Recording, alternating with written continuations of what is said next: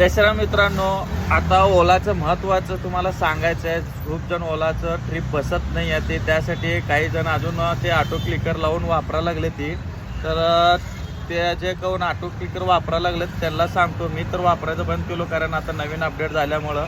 तर मित्रांनो, ऑटो क्लिकरनं तुमचा ओलाचा अकाउंट ब्लॉक होऊ शकतो.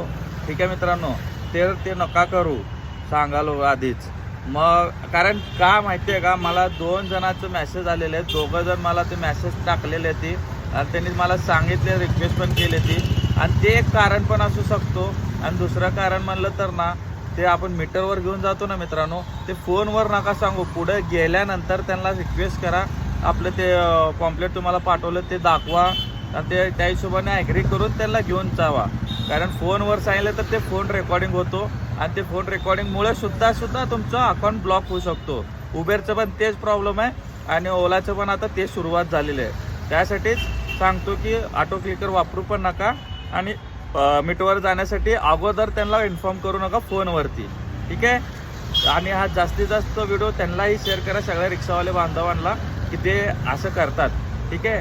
तर सावध राहा. बुकिंगचा ह्याच्याच्या नादात तुम्ही अकाउंट ब्लॉक करून घेऊ नका. ओके, धन्यवाद मित्रांनो. फॉलो पण करायला विसरू नका भावांनो.